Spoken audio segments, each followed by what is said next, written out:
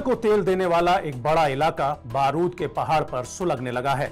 बस एक चिंगारी का और भड़कना होगा और फिर उसके बाद मिडिल ईस्ट नामालूम किस दौर का गुजरा कल बनकर रह जाएगा।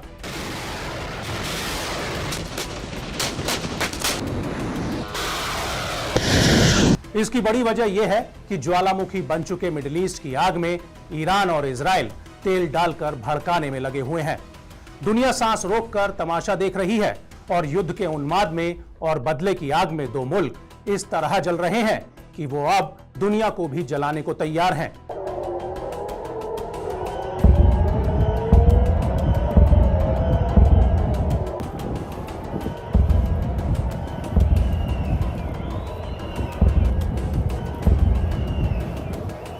खास बात यह है कि साल 1980 तक कभी ईरान और इजराइल बहुत अच्छे दोस्त भी हुआ करते थे, लेकिन वक्त के साथ जब हुकूमत बदली तो फिर नजरिया भी बदला और नफरत भी पनपी।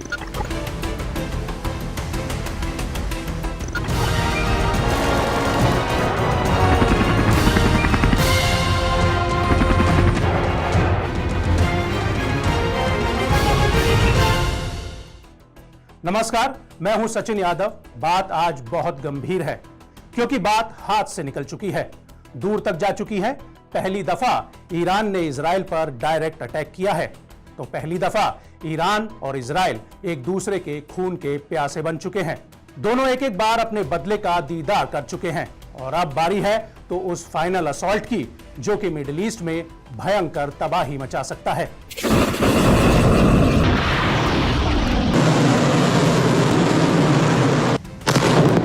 ईरान का एक हमला मिडिल ईस्ट में इजराइल का नक्शा बिगाड़ सकता है या फिर इजराइल का ईरान के परमाणु प्रतिष्ठान पर हमला समूचे मिडिल ईस्ट में भयंकर महाविनाश का बटन दबा सकता है। यह आग फिर ऐसी लगेगी जो बुझाए न बुझेगी और जिसके बुझने का इंतजार खुद अमेजन के जंगलों में लगी आग भी करते करते थक जाएगी। दरअसल 7 अक्टूबर 2023 के दिन इजराइल पर हमास के हमले के बाद जंग की आग हिजबुल्लाह से होते होते इजराइल की चौखट तक पहुंच गई। इजराइल ने सीरिया की राजधानी दमिश्क में ईरानी दूतावास की बिल्डिंग को मिसाइल हमले से जमींदोज कर दिया।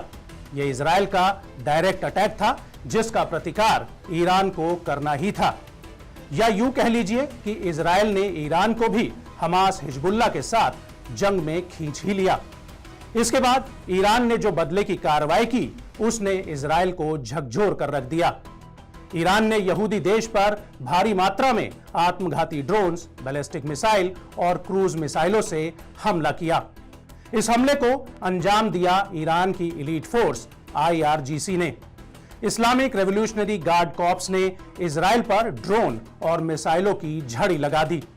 सबसे खास बात यह है कि IRGC ईरान की पारंपरिक आर्मी नहीं है। ईरान में IRGC की ताकत ईरान की पारंपरिक आर्मी से कहीं ज्यादा है। IRGC के कद का अंदाजा आप इसी बात से लगा सकते हैं कि उसकी अपनी नेवी, अपनी एयरफोर्स और अपनी थल सेना है।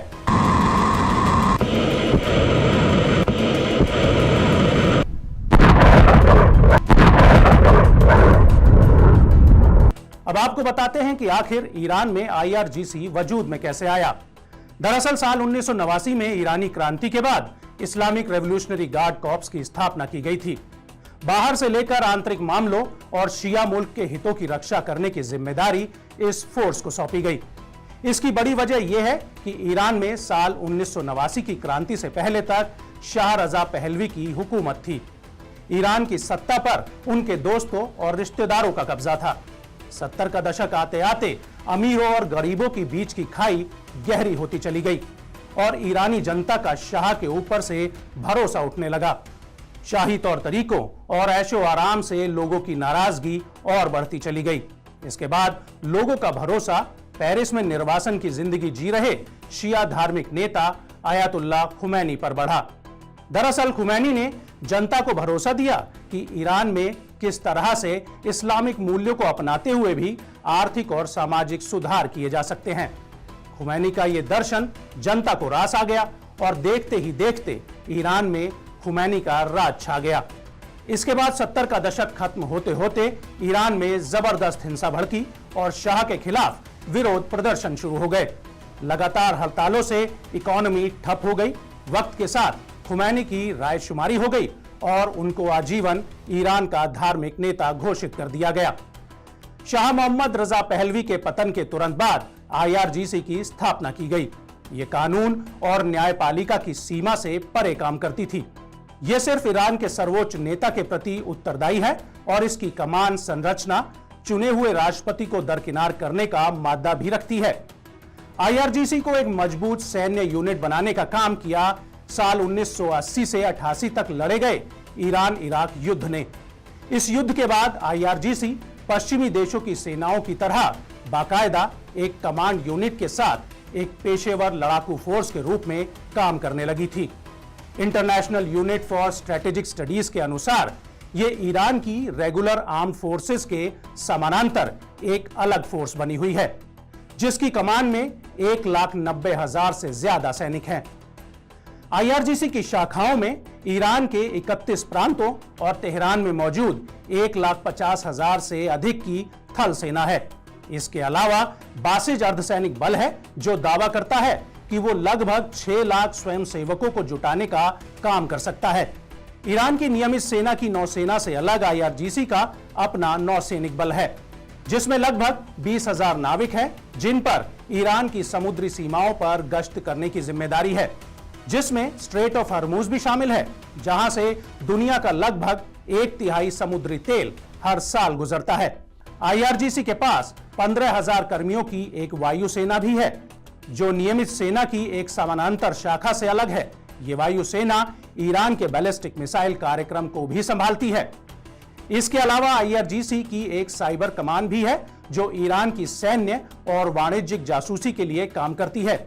IRGC ने अपनी ताकत ईरान में ही नहीं बढ़ाई, बल्कि उसका दखल ईरान के पड़ोसी देशों में भी साफ तौर पर दिखाई देता है।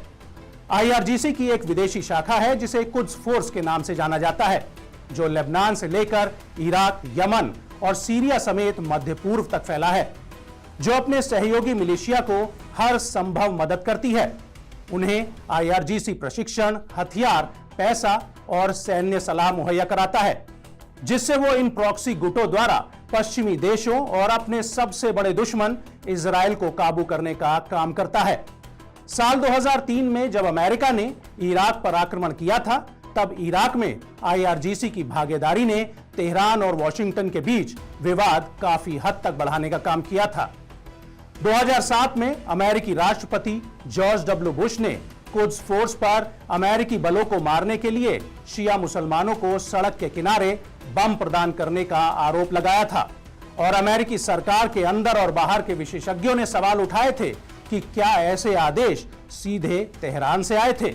और उसके बाद डोनाल्ड ट्रंप प्रशासन ने 2003 और 2011 के बीच इराक में 608 US सैनिकों की हत्या के लिए सीधे सीधे IRGC को दोषी ठहराया था।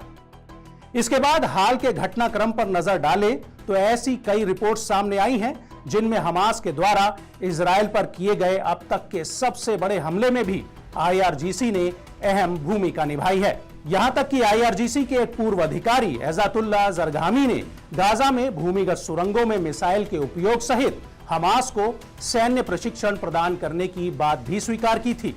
अब आप खुद ही सोच लीजिए कि ईरान एक साथ दो समानांतर सेनाओं का संचालन कर रहा है, जिसमें IRGC का रोल सबसे बड़ा है। इसकी बुनियाद ही इस्लाम की हिफाजत के लिए पड़ी है। ऐसे में हमास और हिजबुल्लाह जैसे संगठनों की मदद के लिए IRGC किसी भी हद तक जा सकता है।